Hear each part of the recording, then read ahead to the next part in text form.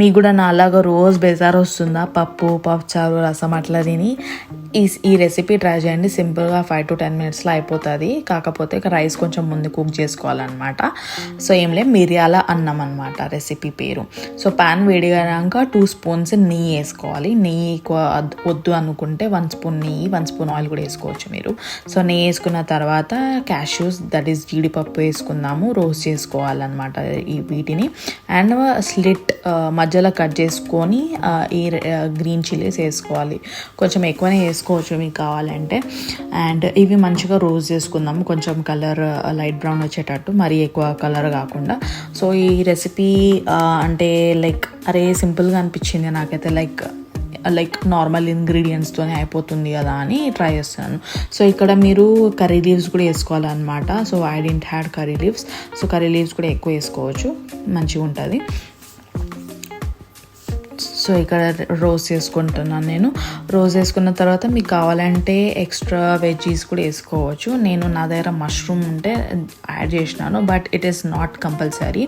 So mushrooms మంచిగా cook చేసుకోవడానికి నేను కొంచెం సాల్ట్ కూడా వేస్తాను, సో దట్ తొందరగా కుక్ అయిపోతుంది. నాకైతే 5 to 8 minutes పట్టింది మష్రూమ్స్ కుక్ కానీకే. సో అందుకే నేను సాల్ట్ కూడా వేసుకున్నాను, తొందర అయిపోతుందని. సో వేసుకొని ఇంకా కుక్ చేసుకున్నాను. అండ్ సో ఇక్కడ మష్రూమ్స్ కుక్ అయిపోయినాయి.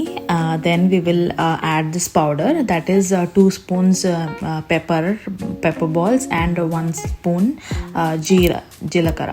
సో ఇవి రెండు దంచుకోవాలన్నమాట, కోర్స్గా దంచుకోవాలి. నేనైతే పౌడర్ చేసుకున్నాను, నా దగ్గర దంచేది లేదు కాబట్టి. సో కొంచెం కోర్స్గా కూడా పెట్టుకోవచ్చు మీరు. దంచుకొని వేసుకొని మంచిగా మిక్స్ చేసుకోవాలి, ఆయిల్లో మంచిగా అది మిక్స్ అయిపోవాలన్నమాట. సో ఇక్కడ నేను 2 cups ఆఫ్ రైస్ వేసుకుంటున్నాను. రైస్ ఇది నేను బాస్మతి యూజ్ చేస్తున్నాను. మీకు కావాలంటే నార్మల్ రైస్తో కూడా చేసుకోవచ్చు, బాగానే ఉంటుంది. బట్ బాస్మతితో ట్రై చేస్తే ఇంకా బాగుంటుంది, కొంచెం డిఫరెంట్గా తినేటట్టు. సో వేసుకొని మంచిగా ఆ పౌడర్ మా వెజిటేబుల్స్కి అంతా పట్టింది మనం మిక్స్ చేసుకుందాం రైస్తోని.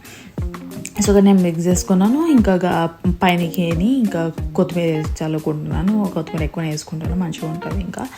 సో నేనైతే ట్రై చేసిన, మంచిగా అనిపించింది. నాకైతే నెయ్యి అంత నచ్చదు, ఐ డోంట్ ఈట్ ఘీ.